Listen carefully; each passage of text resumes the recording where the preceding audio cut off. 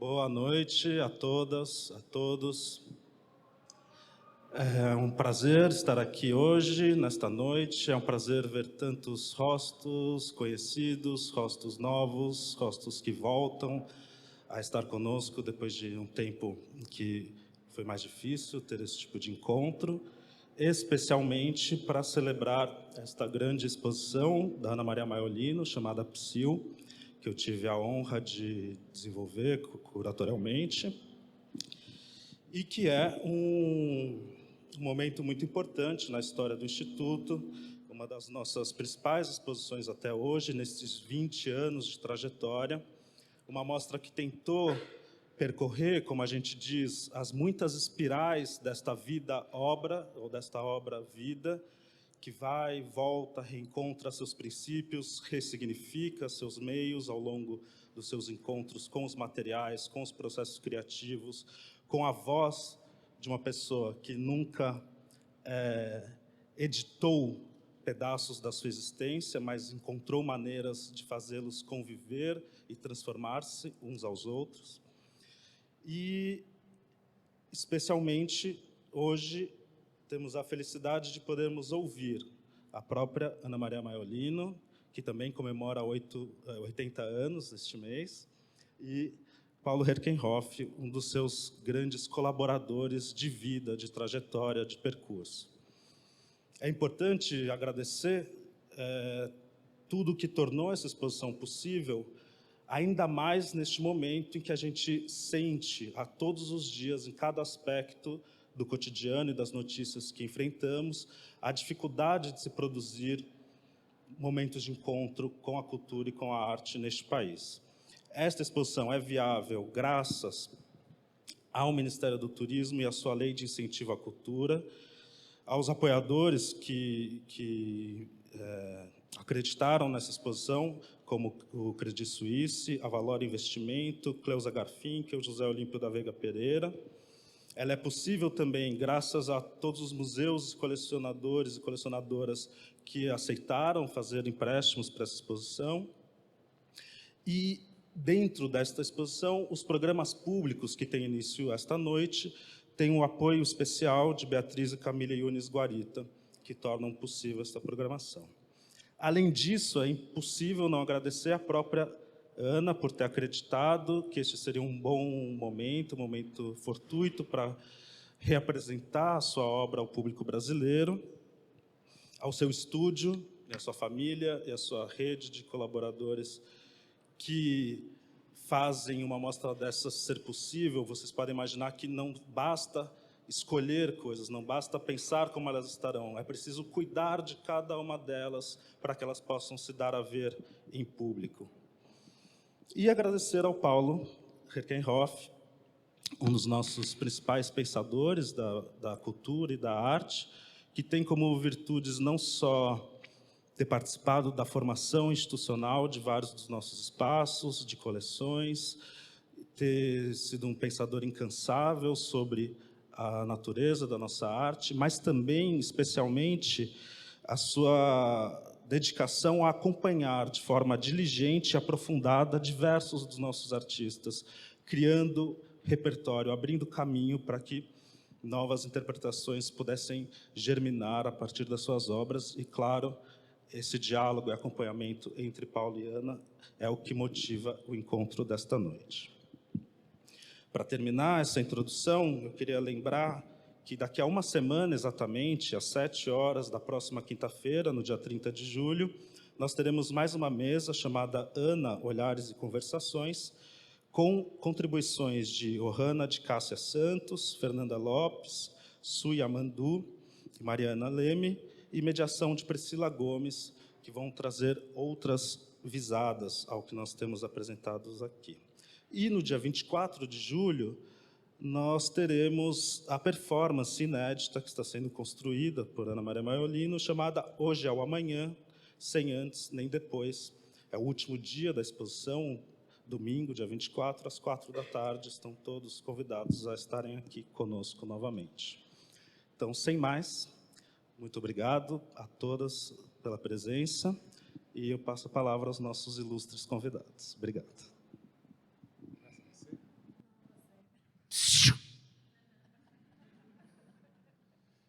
Eu vou começar falando de favela.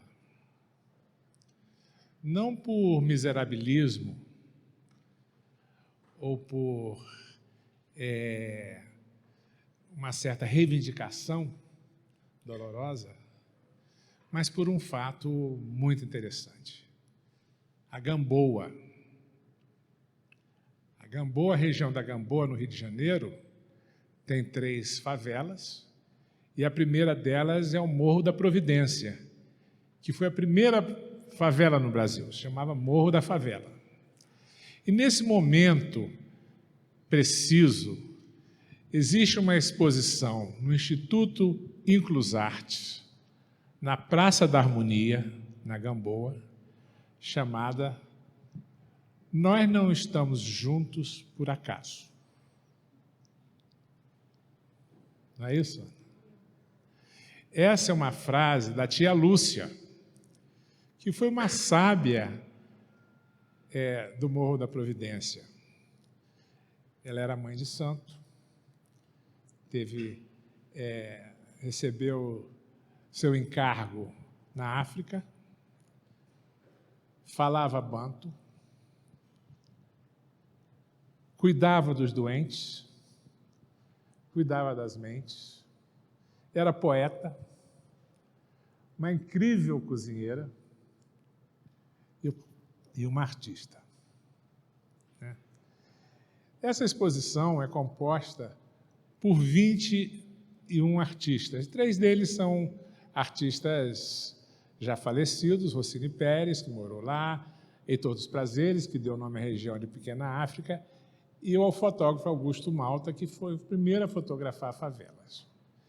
E depois são 18 jovens artistas da região.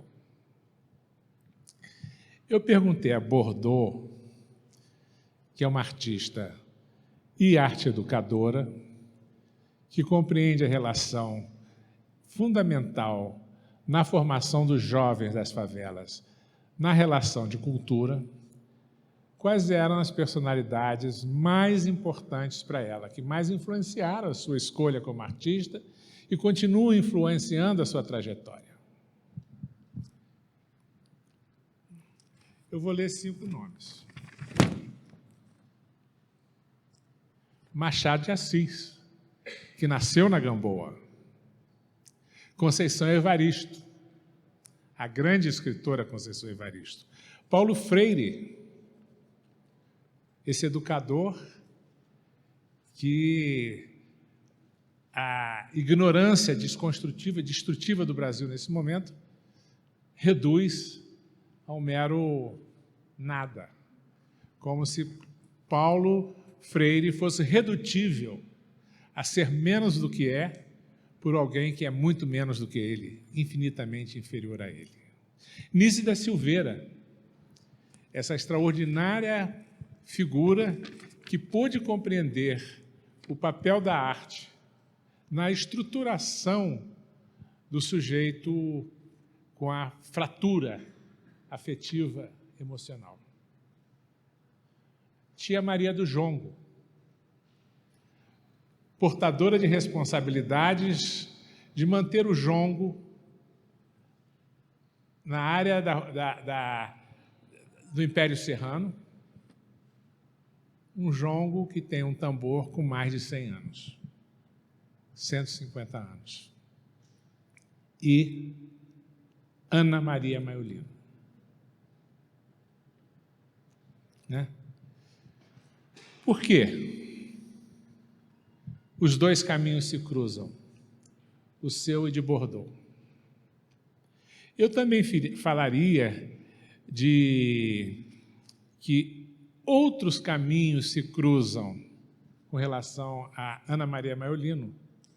Rosana Paulino, por exemplo. Podemos pensar na poemação de Ana Maria Maiolino com uma tesoura cortando a língua, né?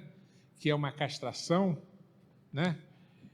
Com a Rosana Paulino, que remete à escrava Anastácia com aquelas figuras das mulheres com a boca costurada. Ou seja, nós estamos falando, então, de artistas jovens que têm em Ana o paradigma, porque Ana, eu não diria que a Ana seja atemporal. Atemporal é a grande pintura de Volpe. Se a gente pensa Volpe e Giotto, os dois são atemporais na mesma direção. O que me parece ser a diferença entre Ana e Volpe é justamente a capacidade de mutabilidade da relação com o tempo presente, de ser contemporânea ao seu próprio tempo, né? Então, a gente vai ver um pouco isso, né, Ana? E eu vou lhe perguntar, Ana, qual a diferença entre você e um elefante? Alguém sabe a diferença entre Ana Maria Maiolino e um elefante? Eu diria no tamanho, e mesmo porque acho que nunca aspirei em fazer a grande obra, sempre trabalhei com as pequenas coisas, né? E isso é parte, né, da artista, da piccole note, né? Dos pequenos gestos com grandeza. Mas a questão é a seguinte: os dois têm a pele vincada.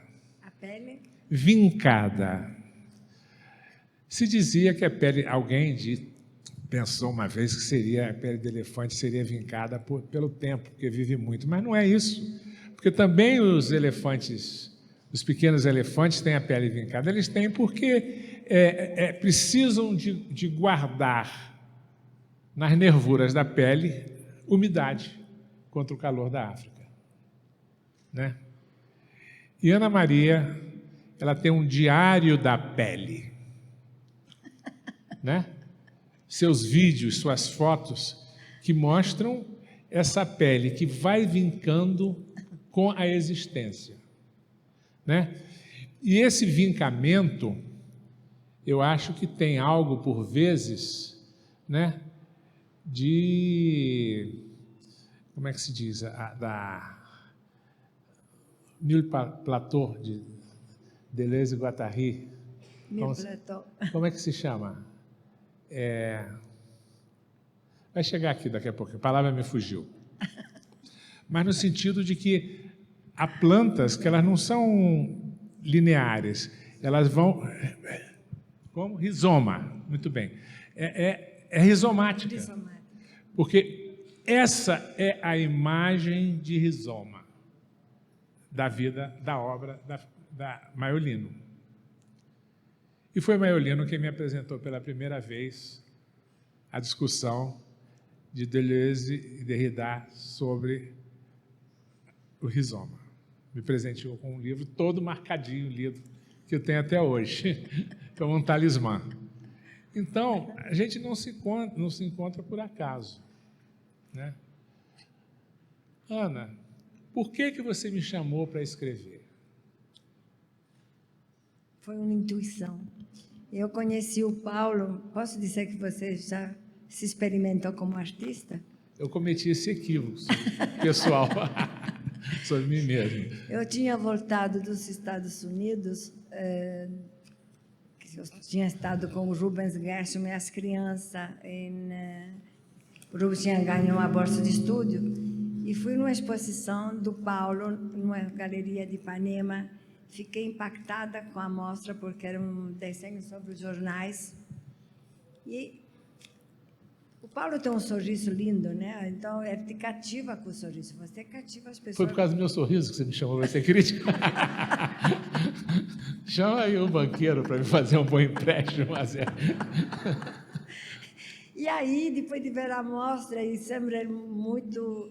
Porque você é um homem muito aberto ao sentir feminino, né? Você recebe as mulheres sempre muito bem, né, Paulo? Essa é uma característica, e cuidou de obras de mulheres muito tempo, com carinho. E eu tenho uma intuição nada, digo... e aí eu virei para ele, e eu tinha uma exposição numa galeria Grupo B, de trabalhos acho que em 73, 74, não lembro a data agora, a queima-roupa, eu falei, você quer escrever um texto sobre o meu trabalho? E você respondeu que sim rapidamente. Você disse, bom, eu nunca escrevi antes para um trabalho de um artista. E você escreveu. E fiquei muito feliz. E nasceu uma grande amizade. Eu posso falar outra coisa? Aí ele começou a vir na casa ateliê minúscula que eu tinha. E quando eu queria mostrar obras novas, sempre falava para ele, como se diz em italiano, due spaghetti, né? Dois fios de espaguete, não. Ligava, Paulo, vem comer 2 espaguete. Pegava ele pela barriga, mas o que me interessava era o que ele tinha de ser e me assegurar. E ele viu nascer vários períodos diferentes da minha obra e sempre vinha com muita prontidão. Não sei se é por ver o trabalho ou pelo espaguete, Paulo. Bom, eu queria dizer, rizomaticamente, eu queria apontar 3 coisas na sua fala. Tá. A primeira, a minha pergunta, interpelando, por que você me chamou para escrever? Porque foi você que me fez ser crítico. Então fui mandada, alguém me mandou, vai lá e pede. Pois é, não, mas eu digo o seguinte, você me levou a escrever, e depois também a Amélia Toledo. Sim. Tá? Mas nós tínhamos muito mais afinidade, você e eu. Então, essa é uma questão fundamental na minha vida, quer dizer, você me livrou da arte. Não lhe predato. Eu não tinha estômago para... Eu fui parar numa Bienal de Paris, indicada pelo Zanini.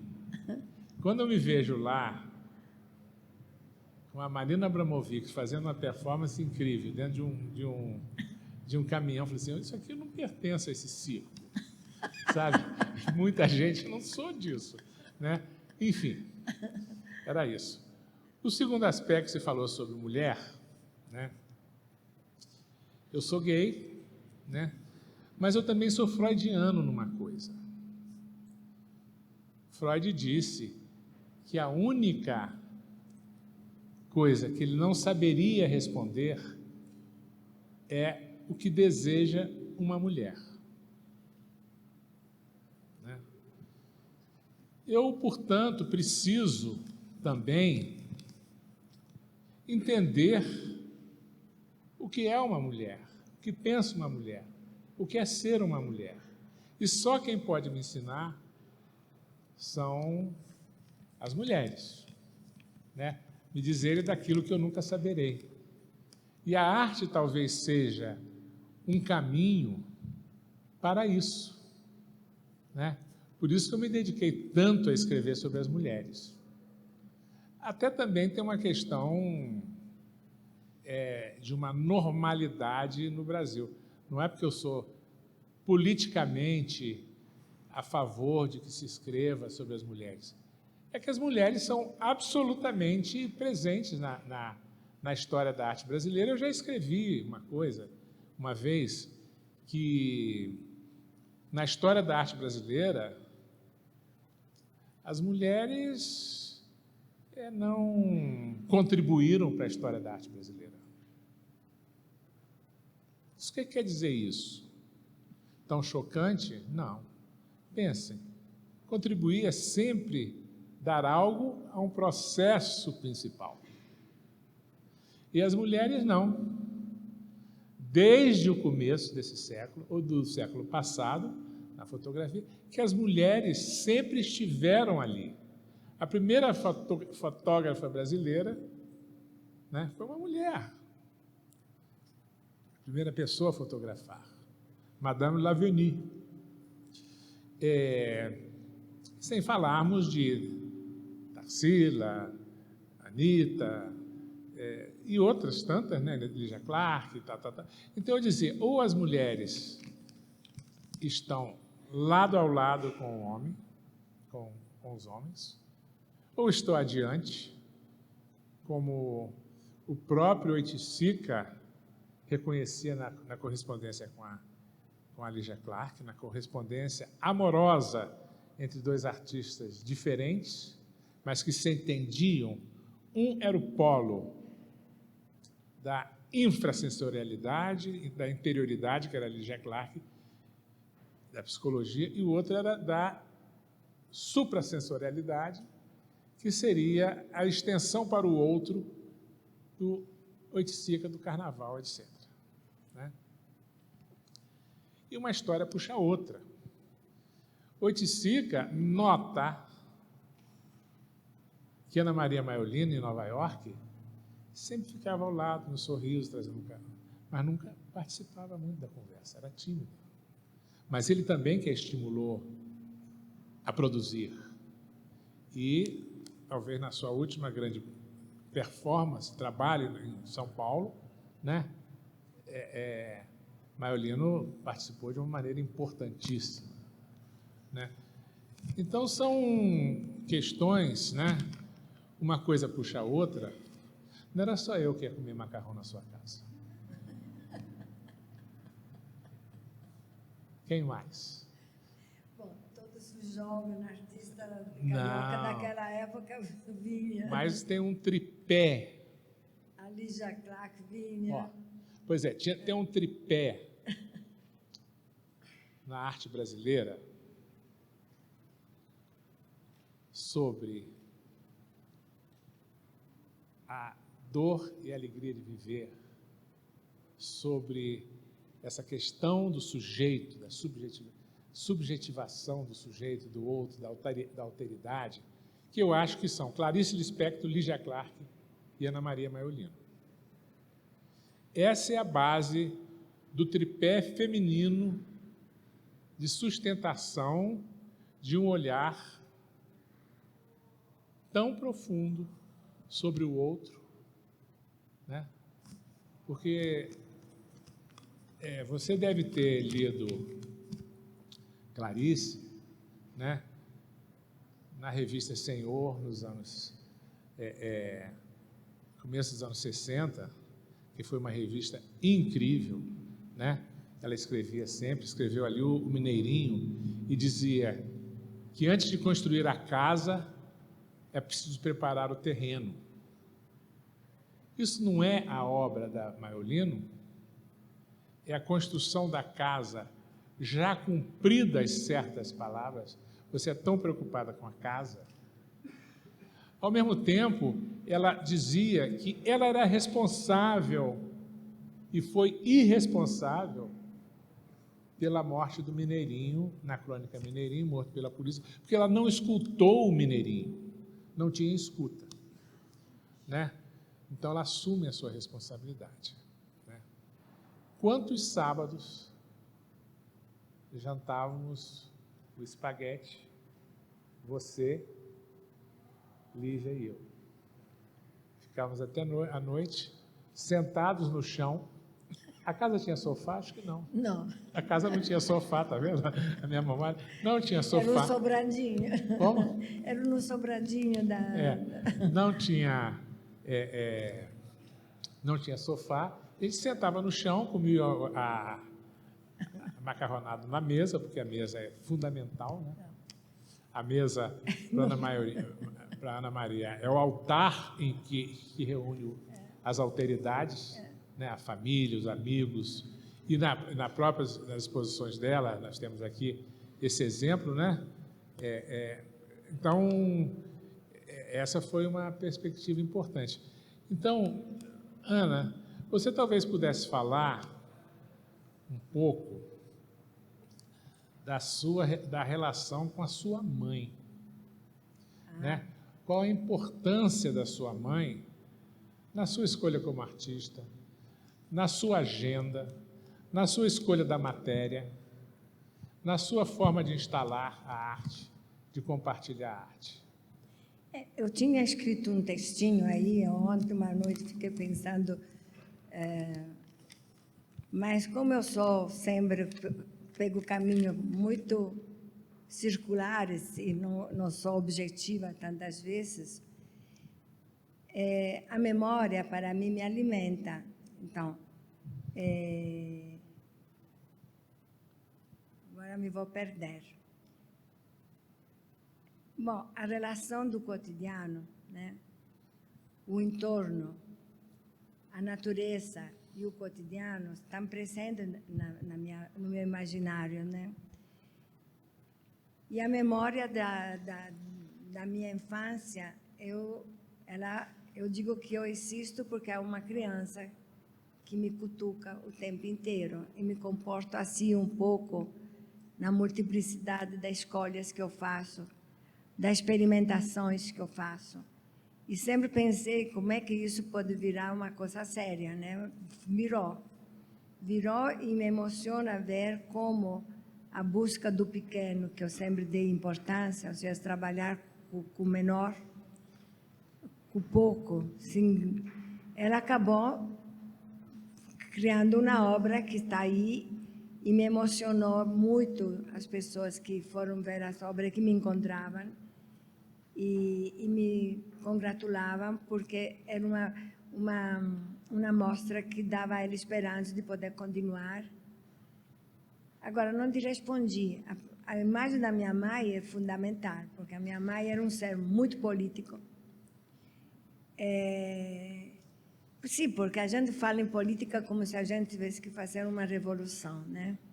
Mas eu acho que o afeto é revolucionário, né? E não é à toa que dei esse título à exposição em Milão, porque o afeto constrói, não derruba, ele é construtivo. E aí você vê que eu acho que foi minha mãe que me instigou a fazer essa instalação lá em cima, inspirada nas mães de Praça de Maio, né? E voltando ao afeto, que pararam na ditadura, né? Então, a imagem de minha mãe é essa aqui. Quando recebia um filho, éramos muitos, né? A primeira coisa que fazia era esticar a toalha na mesa e dar o alimento, porque o afeto é também alimento e sinônimo de alimento. Você teria um inconsciente de alteridade, de partilha? Porque tem gente que tem um inconsciente político, um inconsciente matemático, né? Que isso é formado na experiência da vida. Eu acho que você tem um inconsciente de partilha com o outro. Sim, isso é verdade. Mas, olha, foi um aprendizado. Eu era a última de 9 filhos vivos, éramos 3 na mesa, sentados todos os dias, numa pós-guerra, né, que não havia alimento, que você tinha que compartilhar o que não existia. Isso tudo feito com muito afeto. Ou seja, as brigas familiares, que é uma coisa que sempre se fala, porque o italiano briga muito, sim, briga muito, mas também dá muito aconchego. E eu tenho a minha mãe presente nos ditados latinos que ela usava, na declamação de Dante constantemente, né? Porque ela era uma mulher que conhecia de ponta a ponta Dante Alighieri. E no meu pai, que era uma pessoa bastante muito especial, entende? Meu pai era. Ou seja, eu fui descobrir meu pai quando ele, aos 82 anos, virou pintor. E era um anárquico, né? Era um rebelde por natureza, que não se submetia. Então, essas foram, digamos, onde eu me construí. Agora, isso que você disse de partilhar é verdade. Eu partilho. Eu não posso entender a pessoa que não dá, né? Que não oferece ao outro afeto, que não tem a grande coisa do perdão. Bom, pode ser que seja uma parte cristã da minha primeira formação, né? Você, inclusive, ressalta muito a simbologia da cruz, né? Sim. Que vai aparecer em alguns momentos da sua obra. Eu ainda voltando à questão da família, da mãe, é interessante ver como você trabalha a família em várias ocasiões, a sua família na Itália, a primeira, né, seus pais, seus irmãos, depois os retratos de Verônica e Micael, né? Depois, como é que se chama? As 3 gerações? Sim, o Por um Fio. Como? Por um Fio. Verônica, você está devendo uma menininha para continuar o trabalho. Pois é, sabe? Então, é essa continuidade da família, né? A tradição né? Então, isso me chama muita atenção.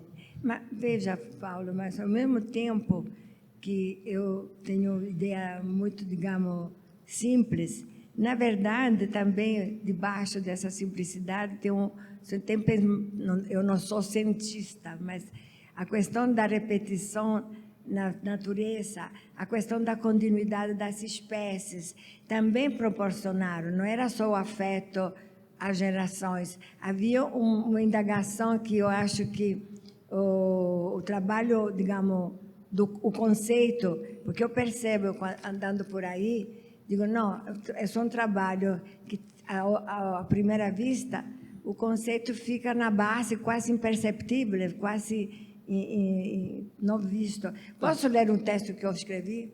Como? Posso ler um texto que eu escrevi? Claro, é o que nós queremos, mais queremos é isso. Não, porque eu ainda sou uma pessoa que é muito... Os que estão por perto, que estão 3 aí, me veem muito explosiva, muito calabresa, mas eu sou uma pessoa também muito que reflete.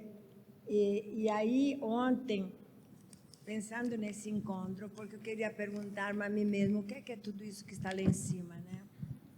Aí, eu tenho esse agradecimento, que eu não vou repetir, porque vocês sabem que eu sou extremamente grata aos 2 Paulos e ao Instituto por ter me albergado, por ter me dado todo esse espaço para mostrar meu trabalho. Aí eu começo, tem que ler, porque senão eu me perco, eu tenho uma leve dislexia que não me ajuda muito. Então, resulta-me difícil falar dos meus 62 anos de produção artística.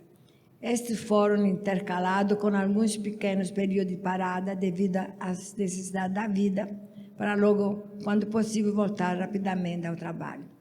A primeira ideia que me vem para falar de minha obra é que, com ela, procurei e investiguei a mim mesma.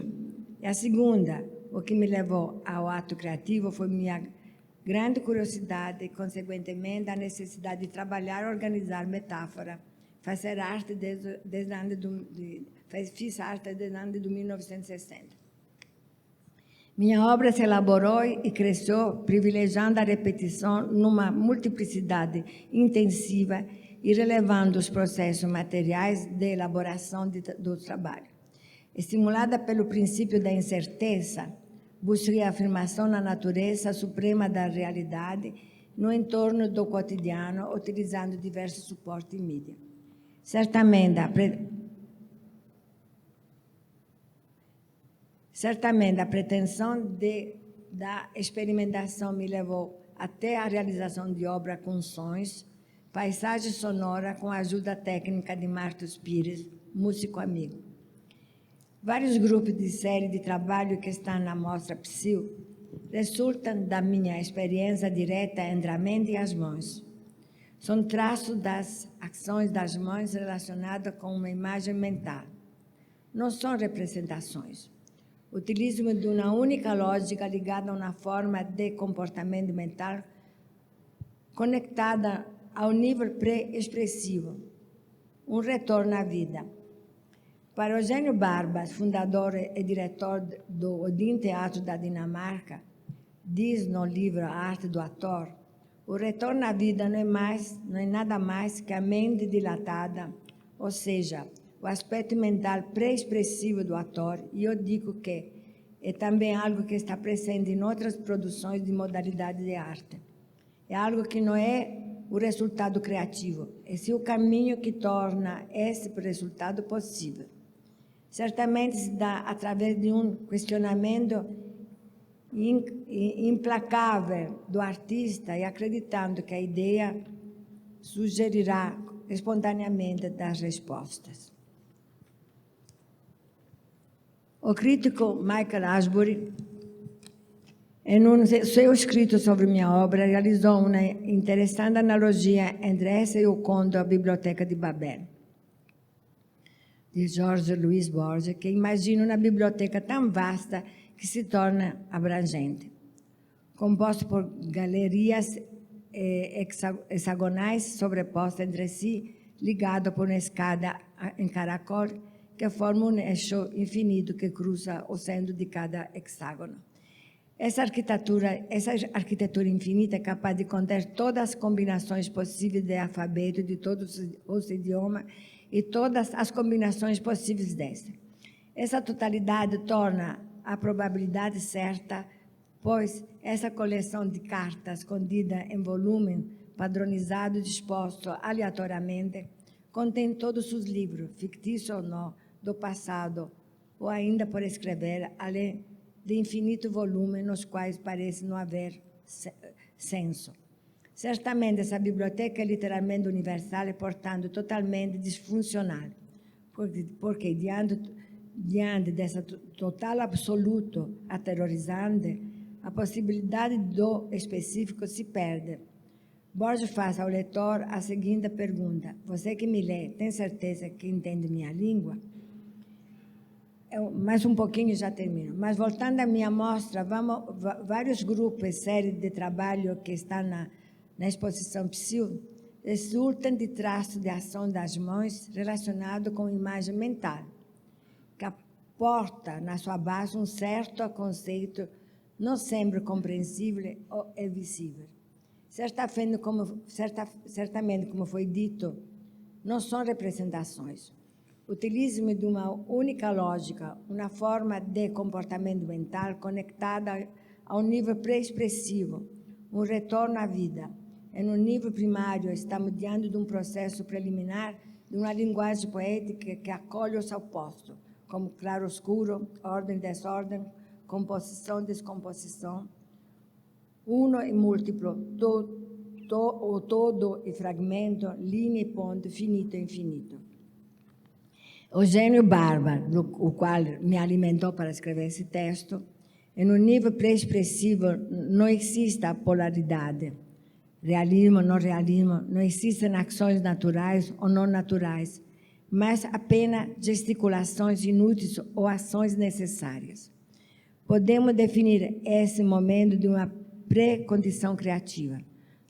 No ambiente socrático platônico, o critério da busca da verdade consiste na solicitação do sujeito pensante para encontrá-lo em si mesmo e extraí-lo da sua alma. Inclusive, os títulos dados à obra por mim não são simbólicos, nem esclarecem a obra.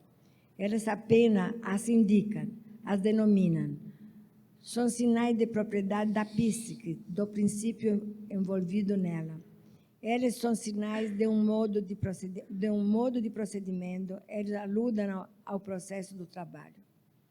Me foi útil dar aos títulos o uso da terminologia matemática como mais e menos, mais este, mais e mais, conduzindo, ou como os advérbios aqui e lá, pareceu-me apropriados para a indicação de grande parte do trabalho, ou série de trabalho, onde os significantes são construídos sobre a possibilidade de um tempo segmentado, que anseia o tempo infinito, o infinito como um destino desejado. Entretanto, inacessível, imperfeito, desproporcionalmente inacabado, onde apenas a ação pertence à finitude. Esta é a ação que me complementa como artífice da obra. Então, quando volto aqui e vejo... quando eu volto aqui e vejo a quantidade de obras e a multiplicidade de repetições de cada série, fico atordoada entre a ordem e o desordem que eles sugerem, né? E aí, a leitura para mim sempre foi um caminho poderoso para alimentar a minha alma, a minha cabeça. E eu tinha acabado tomo apontamentos, né? Faço apontamento dos que eu leio e daquilo que aquilo me deram.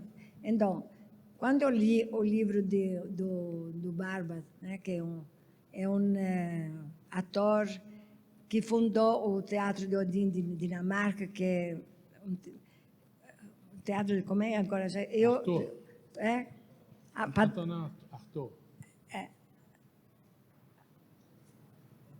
Antropológico, justamente. E é engraçado,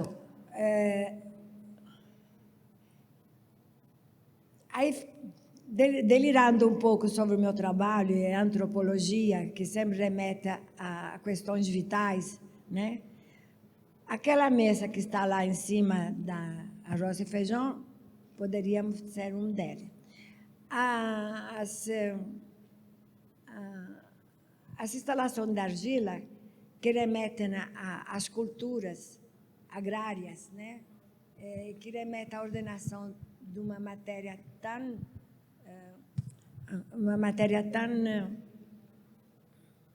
simples, pobre como é a terra, né? Mas que você faz conexões milhas e depende de como ela está colocada, porque se está na mesa, ela te remete ao alimento, se está no chão, te remete a campos lavrados, te remete à defecação, porque as matérias molas, macia, úmida, tem a mesma possibilidade de formação. E o corpo é sabido, você não vai fazer cocô complicado, vai fazer um cocô simples. Claro. Porque trabalha-se com as primas formas. Eu estou trabalhando que, de certa maneira, é ao princípio. E eu tenho um texto, porque desculpa não ter escrevido esse texto, porque eu mesma quero entender o que está lá em cima, entende? Que quando eu estou perdida, eu volto ao princípio. Por isso que eu estou sempre... E eu várias vezes estou perdida, porque eu me canso de mim mesma, entende? E aí paro com aquela produção, porque olha, hoje conversando com o Paulo, Miada, tem artista de uma nota só, né? O Jobim fez até uma música. Você tem que ser genial para ser de uma nota só. Você tem que ser um Malevich, você tem que ser um Brancusi, entende? Eu nunca me vi... João Gilberto. Eu nunca me vi, entendo, como uma pessoa que teria a capacidade de pegar uma nota só e fazer algo incrível. Mas, como uma criança, né, que muda de brincadeira, eu fui mudando de suporte. É claro que eu me reconheço em todos eles. Bom, desculpem essa... Ana, eu queria colocar o seguinte, você terminou falando de significante, né? E é importante a gente entrar para o aspecto linguístico da sua obra. Não só pela sua escrita, Caramba. que é uma forma também estética, né? de literária, ao mesmo tempo Posso visual. dar um parênteses? Sim. Porque quando foi voltando você para isso, com nossos e-mails, você me foi aliás, você foi o curador, por isso eu tenho tanto carinho em você, que me dava sempre um retorno para o meu crescimento. Sim. Mas, Ana, então, Verdade. Eu queria falar do aspecto linguístico na sua obra, né? Pensando pela clássica afirmação do Fernando Pessoa, minha pátria, minha língua. Sim. E eu acho que você é o seguinte, minhas línguas, minha tripátria, né? Porque você fala italiano, português, espanhol, né? Viveu E mastigo inglês. na Venezuela, na Argentina, tem uma certa ascendência ligada ao Equador, né? Então tem isso. Mas também tem uma virada linguística, filosófica, em certas direções, né? Vamos pegar o Entre Vidas, que é aquela instalação com os ovos que nós devemos caminhar e somos levados a proteger a vida. Vivemos num estado sensorial de propriocepção, que ao lado dos 5 sentidos é o 6º sentido, aquele que nos leva ao alerta de proteger algo do perigo, né? Então tem isso. Mas ali, para mim, tem algo com os ovos, e aí Murilo Mendes dizia que o ovo é o diamante do pobre, e hoje mais que nunca é o diamante do pobre, né, nesse governo, né? Eu acho que é um momento pré-verbal, Sim. né? É antes de poder dizer. Sim. Aí você tem esses vídeos que são música, que são um blá blá blá de criança, né? Que é uma tentativa de criar música, as primeiras letras, né? Que é uma narrativa longa que vai mudando de lógica, de sonoridade, e de emoções, e de racionalidade, né? E eu tendo a considerar, né, que o que você faz é o tempo todo a se confrontar com o indizível, né? E para Wittgenstein, nas considerações lógico-filosóficas, aquilo que não se pode falar sobre se deve manter em silêncio, porque a partir dali é metafísica. Por mais que você fale em Deus, sua obra diviniza a matéria, né? E nisso eu acho que tem muito a ver com as sociedades indígenas brasileiras, né? Essa capacidade de atribuir ao inerte um significado, ou aos seres vivos.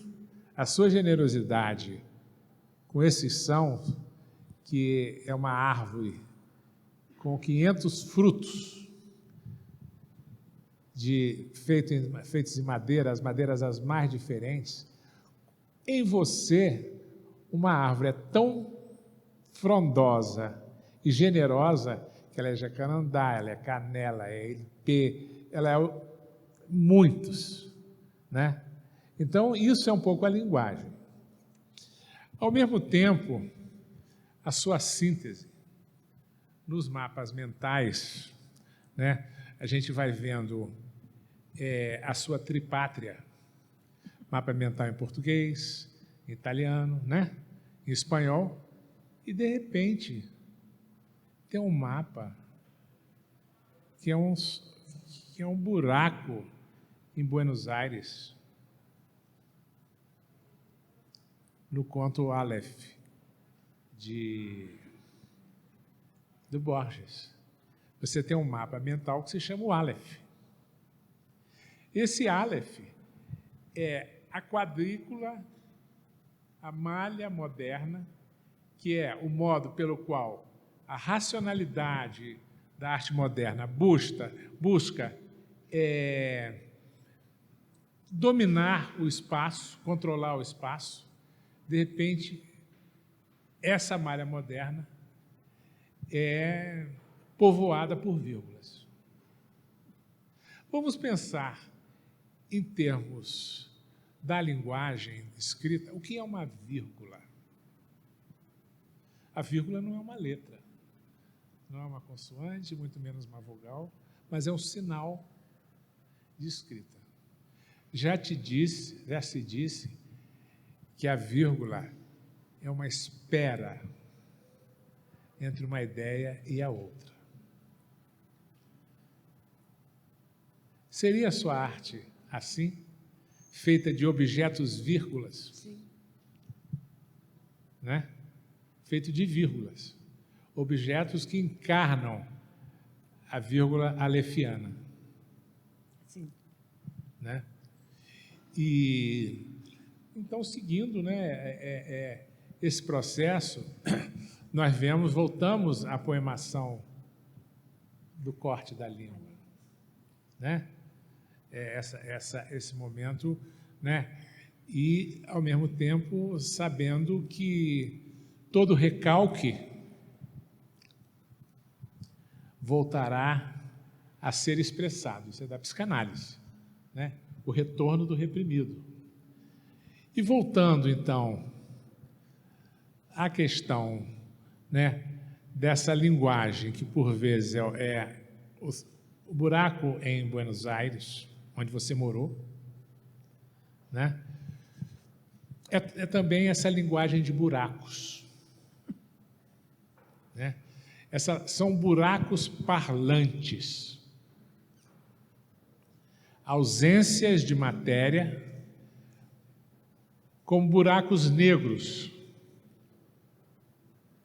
cósmicos. Que é um buraco negro, né? É uma situação entrópica de uma estrela que há tal atração para seu interior que nem a luz escapa dessa atração. O primeiro a usar buraco negro com esse nome na arte brasileira foi o Cildo. Mas você, nessa época, começou a fazer os buracos. Só que esses buracos, eles não são uma série de buracos. Alguns são buracos cartográficos. A Itália, que é queimada, né? É claro que o fogo remete ao calor e à dor da queimadura, né? A alma negra da América Latina, né? Não vamos buscar aqui uma tentativa de desmerecer a alma negra, como se fosse desprezando, mas essa é uma da América Latina, não, da América do Sul, né? Não é América Latina, uma situação geográfica. O título é Alma Negra da América Latina, uma situação geográfica. Pois é, porque essa alma negra da América Latina é a escravidão sem a imagem. É a alma da escravização. E foi numa época que havia ditadura em todos os países. Pois é. Então, o que havia ali, né, é esse buraco negro, essa alma que também é historicamente negra africana, preta, sim, né? E, ao mesmo tempo, em alguns espaços, nós temos São Juan de la Cruz, né? Essa dificuldade bem no interior, né, do sujeito, na sua poesia para Santa Teresa d'Ávila, né? Então, não é uma forma bonita, né? Mas é uma forma que lembra o colapso da luz, lembra a nictofobia, que vem a ser o medo da noite, o medo da escuridão. A escuridão de quem? De um preso político numa masmorra, né? Numa solitária.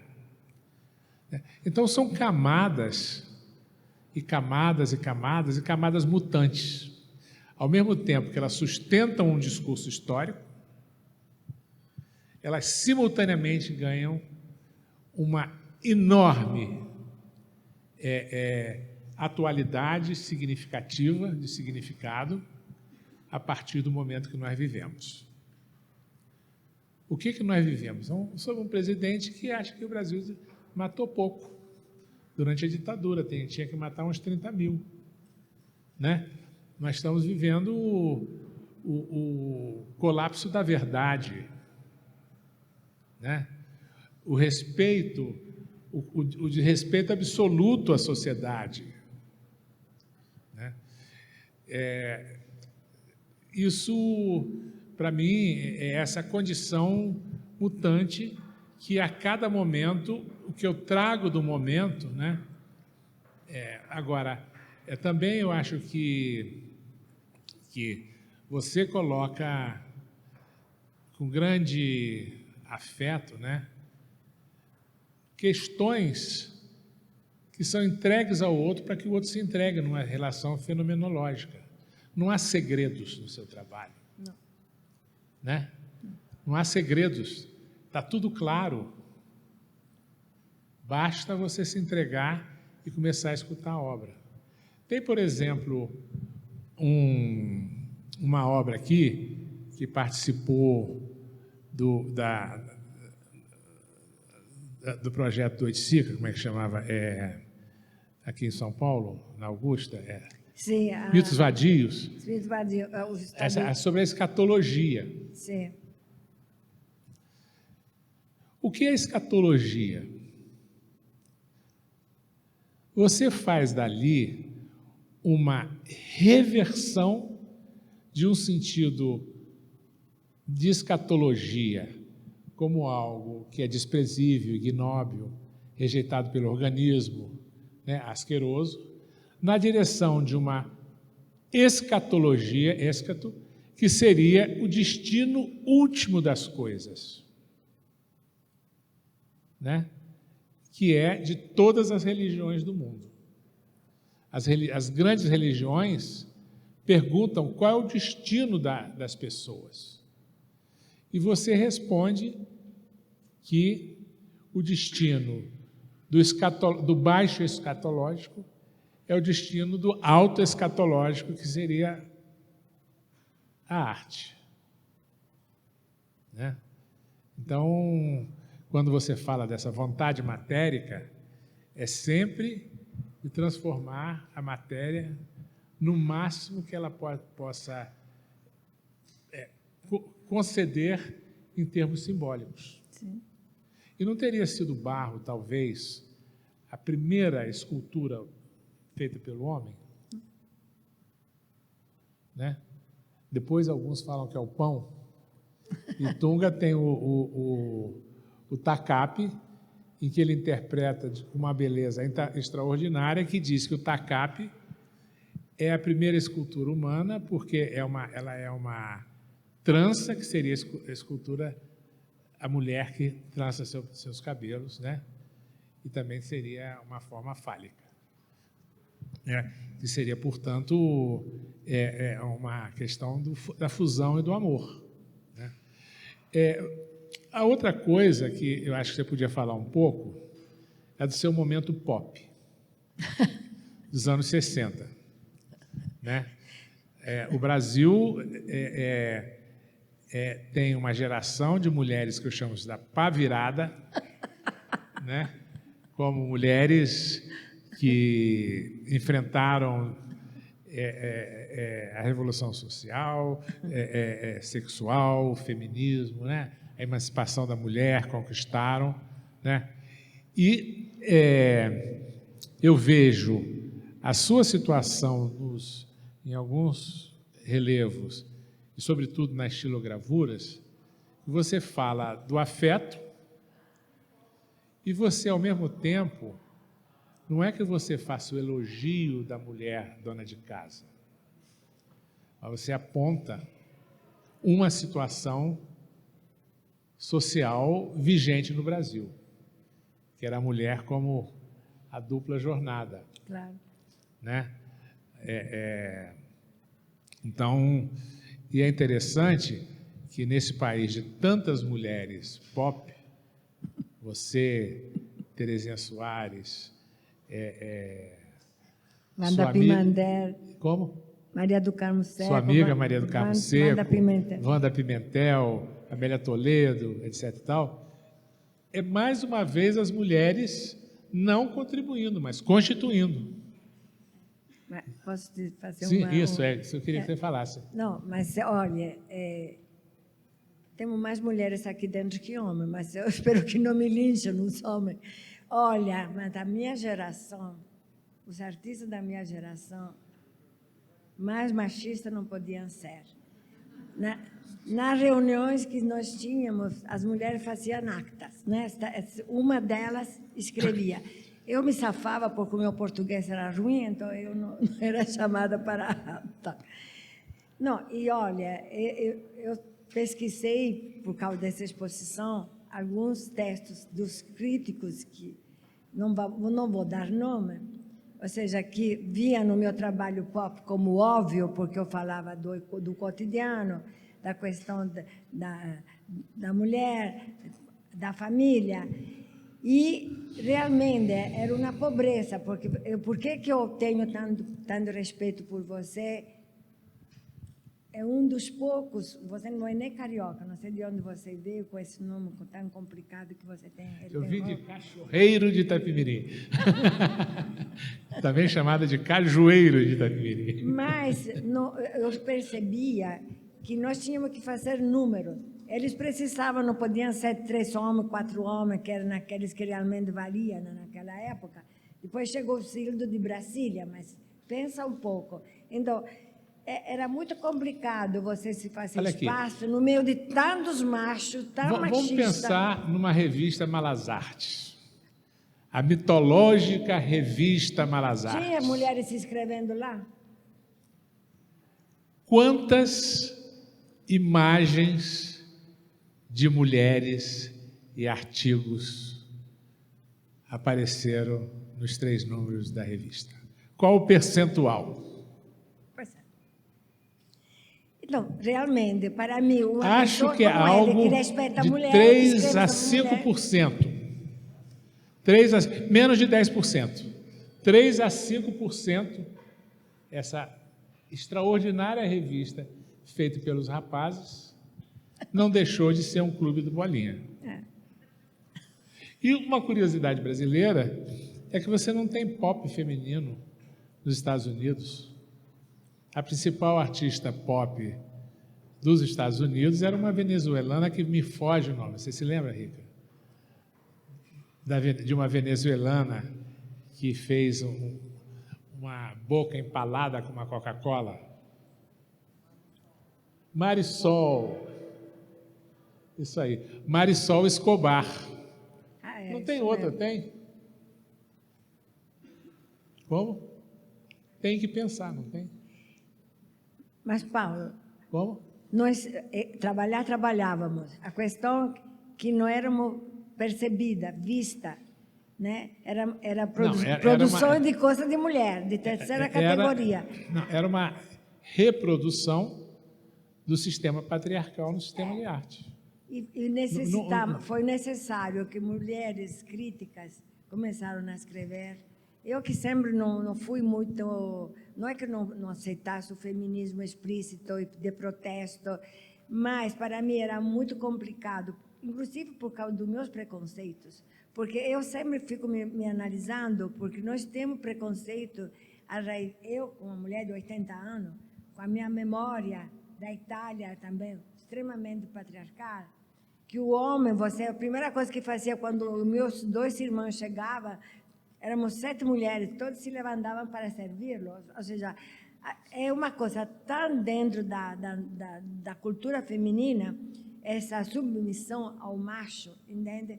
Que é complicado. Então, graças às mulheres e muitas americanas, que começaram a escrever sobre a produção feminina.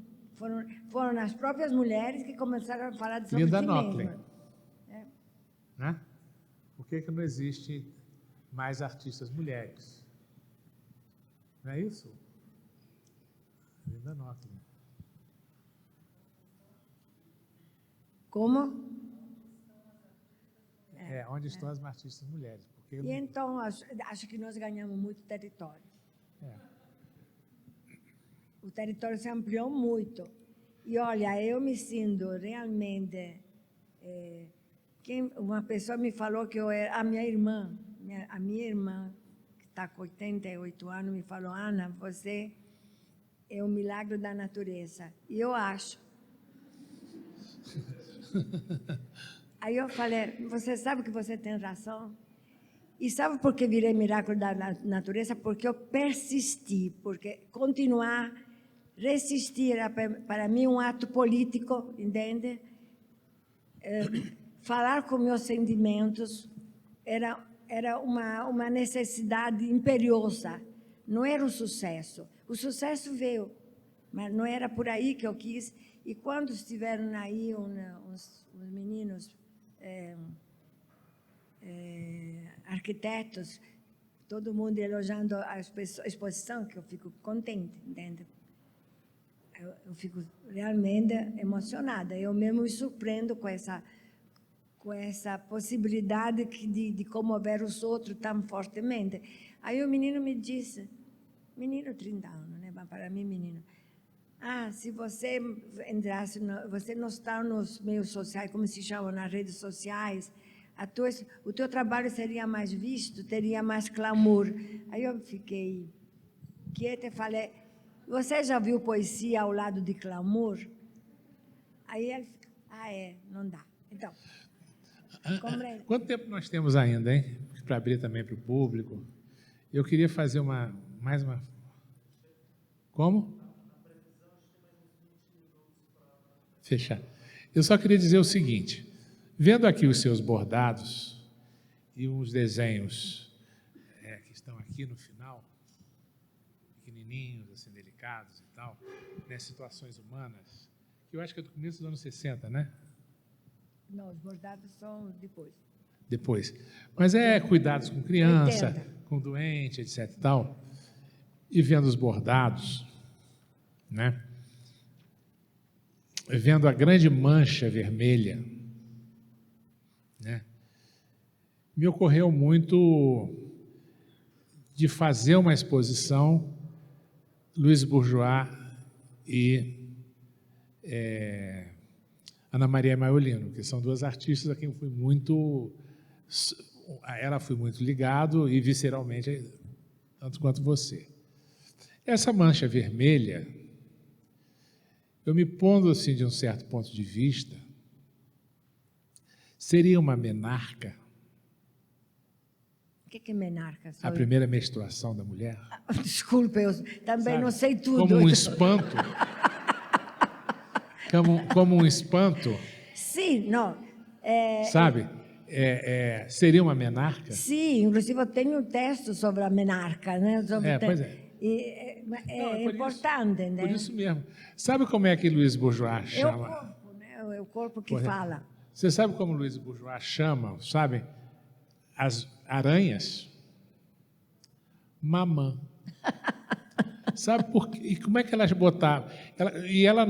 Ela guardou um diário de 8 décadas de diário. Ela marcava todo mês, durante uns dias, mamã. Era o período de menstruação. Veja como as coisas vão se costurando, né? Aí eu, vendo os seus bordados e costuras, eu pensei em Luiz e Mira, né? Porque você pendura os bordados no meio do espaço, né? E Mira Schendel, ela fez os objetos gráficos também para serem pendurados no espaço, né? Ela usou a monotipia porque ela queria fazer esses desenhos que eu interpreto como que era fazer a luz no espaço, o traço sobre a luz no espaço, e ela fazia a caneta e rasgava o papel de arroz. Então ela passa fazendo a monotipia e precisa botar no pendurado para você poder ler de um lado ou de outro, né? E tem algumas monotipias que tratam, muito parecido com você também, do nascimento da língua, da linguagem, da fala.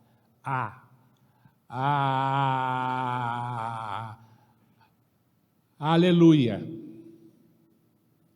Né? Então, são questões. E depois, o espaço, o bordado de Luiz Bourgeois, a questão da costura, da malha quadrada de Chanel que ela tinha, é porque a malha é a matemática, e a matemática, para ela, que era insegura, era a maior fonte de segurança, que a matemática é precisão. Ela foi uma grande estudiosa da matemática, leitora de alguns dos maiores matemáticos da primeira metade do século XX. Você não. O seu bordado, ele é frente e verso, mas ele é imprecisão. A malha se esgarça, né? A malha muda de caminho, ela deambula, seu caminho está em deriva. A malha é você, em Luiz, em geral, não. A linha vem de uma costura por terceiros, pela máquina de costura, etc., né? E a outra questão, que aí eu junto, de novo, Luiz, você e Penélope. Penélope tecia e destecia. Você não é uma Penélope, você é anti-Penélope.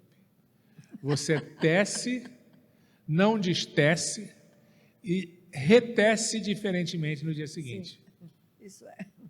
Né? Não sabe quantas vezes eu retesto. Pois é. Então... Por desespero de Alívia, que tem que refazer coisas. Você não quer arrematar e a gente abrir para perguntas e comentários? E o Paulo vai organizar isso? Eu não sei como arremato agora. Você... Eu acho que o arremate é o futuro, né?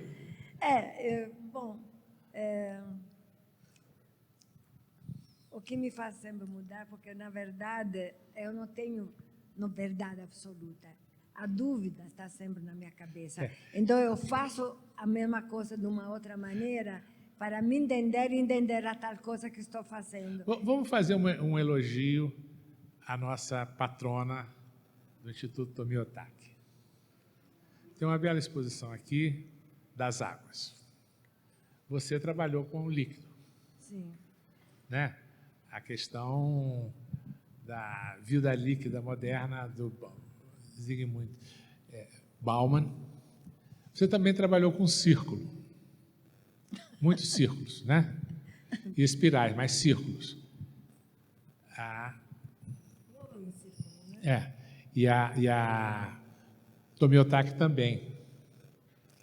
E ela dizia que o Roberto Okinaka, que é um artista muito interessante, nipo-brasileiro, ele dizia que o que a Tomi fazia era o Enzo. E Enzo, em japonês, seria um conceito filosófico de que ao homem não é dado, ao ser humano não é dado fazer o círculo perfeito. Né? Não é dado. E por que ela, durante décadas, insistiu no círculo? Eu, por um tempo, achei que ela estivesse buscando fazer o círculo perfeito. Mas eu acho que não. Depois, um dia, eu compreendi que o que ela queria viver plenamente era a incapacidade, a impossibilidade do círculo. E talvez a sua obra, no fundo, seja a tentativa permanente de buscar, de viver a impossibilidade de expressar plenamente a angústia humana. Né? Muito bem. Então vamos agora. Bom.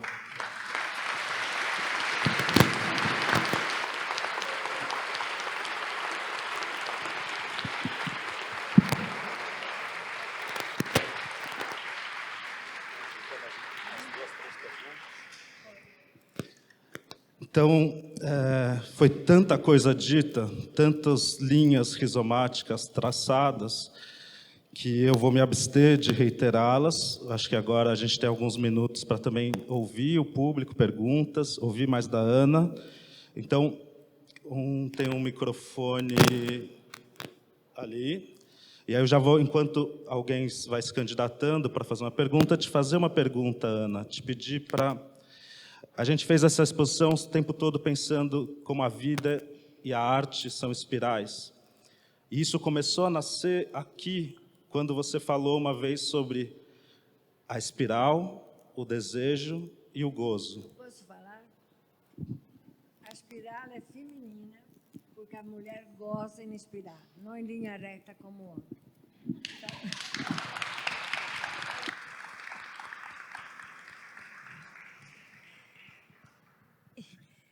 Então, eu falei para o Palmeada a resposta que eu dei numa entrevista para um texto no TAPES, e o Paulo se inspirou e veio essa exposição fantástica, não linear, graças a Deus, aspiralada, que me deixa sempre perturbada, porque eu acho que é um caos, e depois digo, não, tem uma ordem implícita dentro. Ok.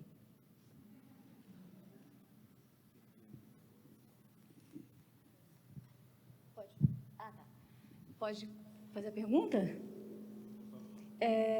Ana, eu queria saber, eu confesso que, primeiro, eu acho que todo mundo aqui está muito emocionado que você está aqui falando sobre o seu trabalho.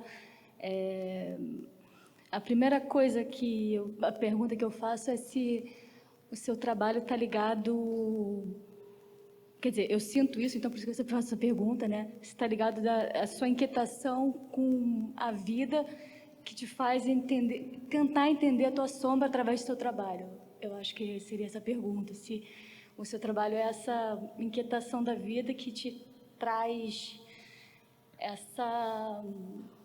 Foi mal, fiquei um pouco nervosa de falar assim. Poderia ser o trabalho numa interpretação, né, dessa sombra, dessa tentativa de chegar nessa sombra para uma autodescoberta. Assim. É porque eu sempre tento entender, né, a questão do entendimento. E o trabalho de arte é um meio que te faz compreender a vida. Há um processo aí, os processos de trabalho são muito incríveis, porque você vai acompanhando a tua percepção, a tua intuição e o teu intelecto, como ele se prepara para completar um trabalho. E claro que lá é uma inquietação, claro. Não sei se respondi certo.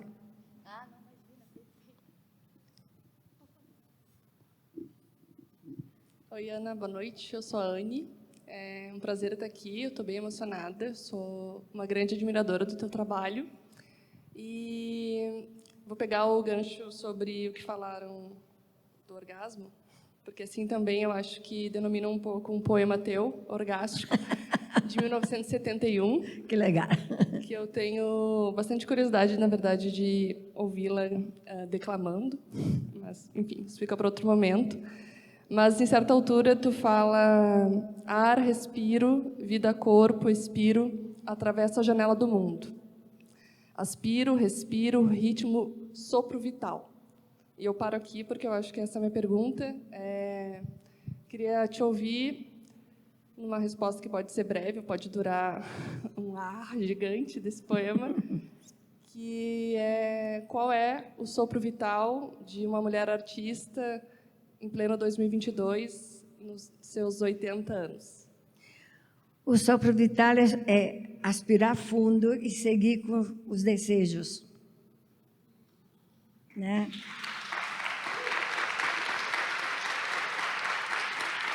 E queria falar sobre essa parte erótica, se assim se possa dizer, do meu trabalho, que é muito leve, porque eu venho de uma cultura cristã, onde o corpo não pode ser tocado, compreende? Então, houve também, além da minha necessidade de falar disso, uma vontade de subverter certas repressões, né? Aliás, a arte faz o tempo inteiro, nos propõe que subvertamos repressões. Uma performance é uma subversão de repressões. Um trabalho como o Herói, que está aqui em cima, é uma subversão de repressões. Compreende? Não sei se te respondi. Porque, às vezes, quando a Paloma estava botando em ordem meus escritos, que transparecem situações de desejo erótico ou de uma eroticidade muito de leve, nada pornográfico. Porque o erotismo não tem que ser... Aliás, não sei que graça acham na pornografia, porque eu nunca achei. Né? O erotismo é outra coisa. Entende? E eu fico falando para a Paloma, vamos botar isso, vão achar que eu sou uma velha tarada, né? Mas, inclusive, quando eu escrevi, eu era jovem, mas tudo bem. Mas mesmo que eu escrevesse hoje, por memória, né, daquilo que foi, aí o Paulo, que estão também ajudando na seleção, e a Paloma diz, não, mas imagina, como é que você não vai deixar de colocar isso? Porque há, na minha estrutura mental, cristã, italiana, do sul da Itália, tem coisas que não podem ser ditas, faladas, nem tocadas. Você está me entendendo? Então, viva a arte, porque a gente toca, fala na arte. Né? Então, Ana, te perguntar também sobre o... Foi mencionado, mas para você falar um pouco da importância do vazio e do oco e do ovo para você. Agora, justamente... Claro que o imaginário masculino, quando vê meu trabalho, só vê pênis e vagina. Eu te digo que pode ser que, ao nível inconsciente, até eu tenha trabalhado com isso, mas não é o principal. Também meu trabalho ele é múltiplo no sentido que quer dar. E o vazio, claro, bom, eu tenho vários vazios no meu corpo, a boca é um vazio, a vagina é um vazio, e o pênis é um cheio. Então, aquela série que eu fiz, a Memória do Outro, que incorpora os processos das técnicas, que, na verdade, eu fui fazendo os meus trabalhos manuais, incorporando os estágios das técnicas e fazendo enriquecendo a minha escultura, os meus desenhos com certas questões que as próprias técnicas te colocam. Então, que eu chamo a sombra do outro, porque quando você vai fazer um buraco numa caixa e bota um pedaço de argila, quando você retira a argila, o que sobra é a impronta daquilo que se foi. E claro que para a minha mente, ou a mente dos outros que olham, pode lembrar o acoplamento de um homem e de uma mulher, né? E não é nenhuma heresia pensar isso. Agora, não é só isso, você está compreendendo? E, bom, enfim. Mas os homens só veem isso, né? Acho que, e não sei se as mulheres só veem isso também. Bom, não sei. Oi, Ana. Ana, eu gostaria de saber qual... Assim, você é uma artista multimídia, né? Você trabalha com todos os tipos... Acho que não tem um tipo de arte que você não conseguiu masterizar. Assim. Então, eu gostaria de saber qual é em qual das técnicas você diria que tem mais de você, assim, mesmo experimentando várias. Não sei dizer. Primeiro que eu acho que sou tão esculhambado com as várias técnicas. Quando me pedem para dar um workshop, eu sempre digo, não adianta, entende? Eu me apaixono por aquilo que estou fazendo e cada movimento, me sinto glorificada em poder trabalhar, porque essa que é a verdade. Eu sou uma pessoa que é feliz trabalhando. Não acho, quando eu digo, puxa, quando trabalho, quando sacrifício. Não. Nunca foi sacrificado para mim o trabalho, entende? Então, quando eu fiz gravura, maravilha. Aí, não sei se me falou do vazio ou do cheio. Como sou muito reflexiva, o vazio e o positivo e o negativo nos processos já está presente, na gravura, no prato, quando você vira, no molde que te remete também o vazio, o cheio. Então, eu me divirto com meus próprios pensamentos em relação àquilo que eu estou fazendo.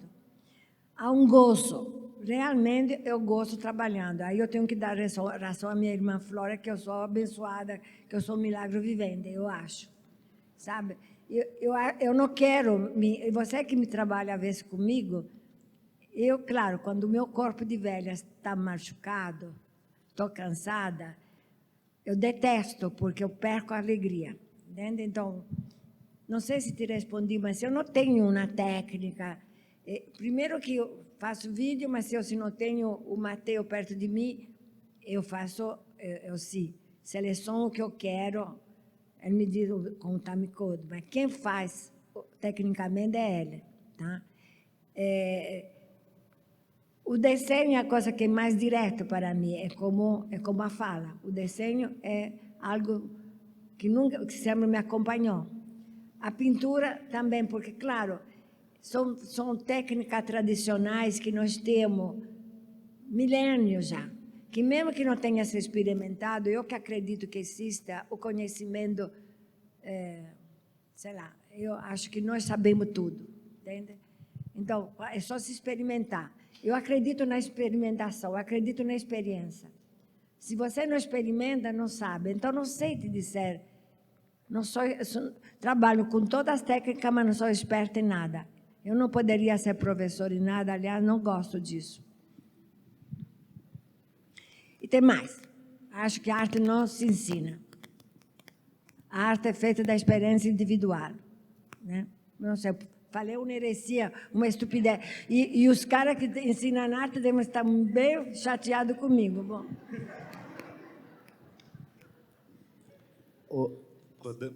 Mais uma pergunta.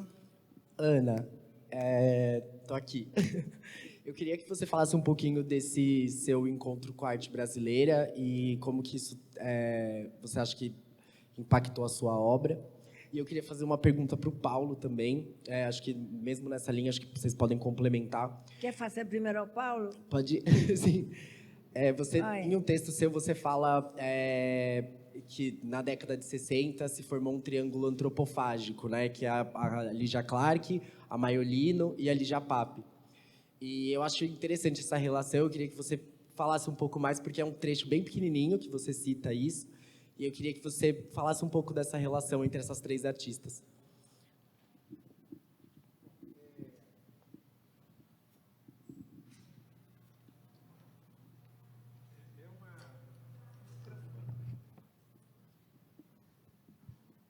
É uma antropofagia vinculada ao desejo. A Ana Maria acabou de falar disso. Né? Você que sabe. E que o psicanalista Pierre Fedidar chamava de canibalismo melancólico. Porque no desejo existe a fantasia de devorar o outro, portanto, canibalizar o outro, mas isso significará a morte do outro. E aí vem a melancolia. Né? E eu agregaria a esse triângulo, mas sem uma presença de convivência, a Maria Martins com o Impossível, que é a escultura que está no Museu de Arte Moderna de Nova York e no Museu de Arte Moderna do Rio. Tem o Impossível aí, que circula e tal, que é uma peça absolutamente inaceitável. Porque essa peça estava no ateliê da Maria Martins, ela não mandou fundir, as peças dela eram exemplarmente bem fundidas. Né? Essa peça ficou num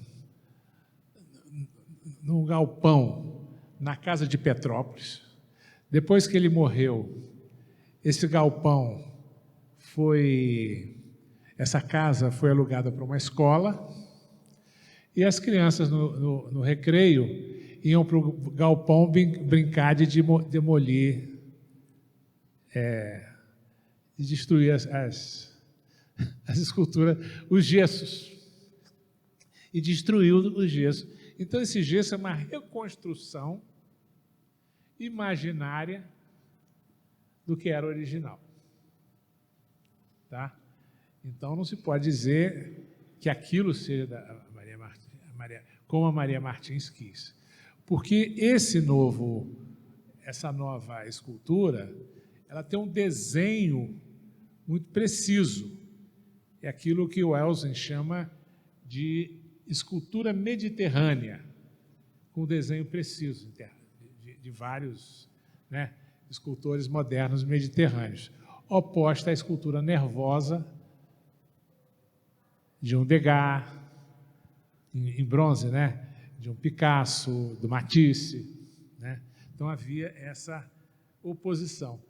E ela era muito mais ligada aos escultores franceses nervosos do que aos mediterrâneos. Você não vê nenhum outro. A coleção Fadel estão aqui Dona Silda e a Marta Fadel, possivelmente uma das 2 ou 3 maiores coleções particulares de Maria Martins, são fundições especiais, né? Extremamente bem cuidadas. Essa não é, né? Então, ali é também um canibalismo econômico. E, no caso das 3, o artigo Mineirinho, da Clarice Lispector, é sobre a morte de um bandido, né, pela polícia. E ela vai contando, vai dizendo que ela ouviu o primeiro grito da criança, não fez nada. Vê o segundo, nada. E foi crescendo até o 13º tiro. E ela vai aumentando a intensidade. Ela disse, nesse momento que morre um bandido, quem morre sou eu. Quer dizer, a humanidade que se compartilha e que se perde, né? Isso é, a meu ver, uma forma crítica do canibalismo social, já não tanto do desejo. E é então que ela diz, antes de construir a casa, uma sociedade precisa construir o terreno, né? No caso da Lígia, ela tem algumas séries vinculadas ao canibalismo, ela tem a baba antropofágica, né? E ela fez psicanálise com o Fedidar no momento em que ele está trabalhando, escrevendo o canibalismo melancólico. E, finalmente, Ana Maria Maiolino tem essa ideia de uma volúpia real, de um desejo pulsante, de uma libido que toca a forma, a consciência do vazio em si, da incompletude, né? Aquilo que talvez que Freud chame complexo da falta do pênis. Eu não sei se isso existe, vocês podem me dizer, né? Essa incompletude. E, por fim, o que existe ali é não uma anatomia, né? Mas uma dinâmica nervosa do coito.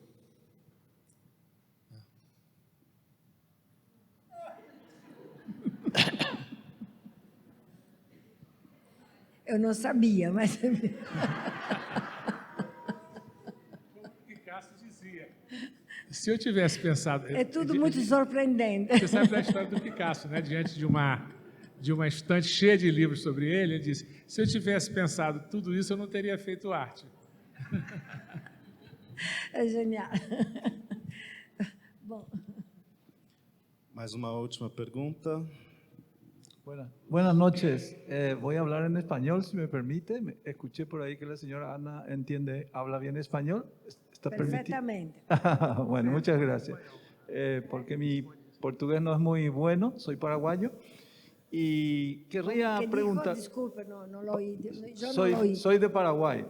Estoy Sí. trabajando aquí y, bueno, al visitar la exposición, obviamente me llamó la atención sobre la pequeña pieza donde tienen unas obras relativas a la madre de la Plaza de Mayo. y me gustaría que elaborase un poco más sobre ese homenaje, porque en realidad la situación política fue muy parecida en todos los países del Cono Sur, no solamente en Argentina. Me llamó mucho la atención y me gustaría un poco además, se dice que en el arte, según me dijo Pablo, uno tiene que tratar de interpretar por sí mismo, pero siempre en esta ocasión es bueno conocer un poco la motivación del artista para la presentación, porque tengo entendido que tengo el catálogo y no está esa, salvo que no haya ojeado todo, porque empecé a leer, todavía no he visto en el catálogo esa obra, por eso me sorprendió un poco. Estoy Gracias. pensando si le responde en español o en portugués. Mas Entiendo bien el portugués, no lo puedo hablar bien. Mas os outros não vão entender. Bom, bueno, mi amigo me dice que le responde en español. Ok. Yo viví en Buenos Aires en la época de las Plazas de Mayo. Alfonsín tinha acabado de tomar el poder, el presidente, y fue horrible el estado de luto que Buenos Aires, Argentina se encontraba, los desaparecidos, era constante. Entonces, yo cuando tengo una idea la elaboro en varias maneras. Tengo un texto poético sobre los desaparecidos, hice un dibujo con un proyecto sobre las locas, que las llamaban así, a la madre de Plaza de Mayo. Y pensé muchísimo. Me dio muchas ganas, pero mira, tú puedes hacer una obra panfletaria o una obra poética. La obra panfletaria posiblemente te lleva a la cárcel. Yo soy medrosa. Y las metáforas siempre me ampararon de esas situaciones extremas. Y me dan el placer, porque yo soy una creadora de metáforas. Me encanta construir con metáforas, ¿comprende? Y entonces es más cómodo para mí, para mi alma, para mi psique, utilizar la metáfora. Entonces, por más que me mandaron 4 libros sobre la historia de la represión en Argentina que yo no leí, y un libro de aquel desapareció de mi biblioteca, no lo leería, porque es tanto dolor que es muy terrible tú entrar en contacto con situaciones tan extremas. Y como madre me coloco, ¿no? Bueno, tanto que ellas todavía caminaban, yo no la fui a ver, porque el dolor, especialmente para los cobardes, y yo soy una, te afastas de él. Pero poéticamente yo volví a ella y tanto que y un grande estímulo fue Paulo Miada, que me estimuló porque vio el proyecto dibujado, escrito, de 92, yo creo que era, ¿no? 92, y que nunca la habían hecho. Y inclusive con la ayuda de ese niño que está ahí, Roberto, porque yo digo, está bien, lo vamos a hacer. Y por otro lado, yo hice una exposición retrospectiva en Milán, que el curador italiano, cuando supo de ese proyecto, quis dar a mi exposición allá, el amor se hace revolucionario. Y yo dije, pero es un absurdo, es mucha pretensión. Y él me dice, no, tu obra, mismo la más formal, tiene una subversión. Porque cuando tú, en una conversación guiada, en la exposición que yo vi en Nueva York, dijiste que cuando el equívoco, el error, no sé cómo se dice en español, lo incorporas a tu obra. Y realmente yo cuando me equivoco, tendo a incorporar el equivocado.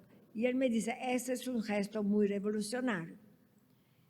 Y entonces se llamó El amor se hace revolucionario. Y aquí, con la ayuda de Roberto, pensé cómo resolver. Caritas, que él hizo una mitad, yo hice una mitad.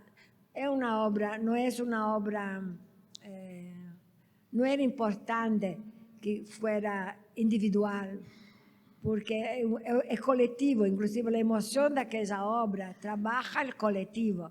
E então, maravilha. E muitas vezes me parecia melhor a carita que ela fazia, que são esboçados, que numa penumbra, e os lenços. Primeiro, eu tenho uns 3 ou 4 que eu bordei, mas quem ia bordar todos aqueles lenços em 3 meses? Sou Paulo para me hacerme trabalhar tanto. E então, bueno, le di uma bordadeira para que lo hiciera. Porque normalmente as coisas las hago com mis manos. Eso no foi hecho. La fundición con el metal no la puedo hacer, pero cuando yo fundo en yeso y cemento mi escultura, yo la hago. Para mí es imprescindible mi presencia. ¿Comprende? No me siento dueño del trabajo si no lo hago. Y entonces fue un acto de mucho afecto que yo incorporé el trabajo de ese niño. No sé si te respondí. Y era un homenaje a aquellas madres que pararon la dictadura en Argentina.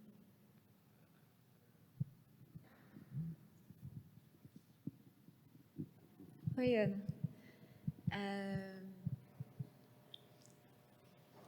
Uma vez eu li que a pessoa que migra, né, o estrangeiro, ele será para sempre um ser cindido. Ele será para sempre? Um ser cindido, um ser rachado ao meio. Porque tem uma dificuldade de se encontrar no lugar que está e tem uma terra que ele deixou, que quando ele volta, ela não está mais lá, né? E você tem uma vida atravessada por imigrações. Isso se demonstra de muitas maneiras, né? Na forma de pensar, na forma de falar, na forma de escrever. E a minha pergunta, ela vai na direção de se você acredita que essa necessidade de experimentar em diversas linguagens vem também de uma necessidade de construir um próprio idioma e talvez um próprio território, já que você existe essa sensação de estar apartada de um lugar de onde veio, né? Sem dúvida. Inclusive, o caminho que me levou à arte foi poder ter uma minha língua, uma forma de me expressar. Uma minha língua, uma minha linguagem. Por isso que eu necessitava, e primeiro necessitava uma identificação que depois percebi que nunca poderia ser brasileira, que nunca poderia ser nova-iorquina, nem argentina, mas que seria uma somatória disso. Então, digamos que um pouco essa multiplicidade de linguagem, que não é uma linguagem uma só lá em cima, mas essa multiplicidade e câmbio de mídia e experimentações, porque eu não sou nem daqui nem de lá. Nunca terei um lugar fixo, né? Sempre estarei em trânsito. Serei o eterno estrangeiro. Muito obrigado, Ana. Muito obrigado a todos. Obrigada a vocês.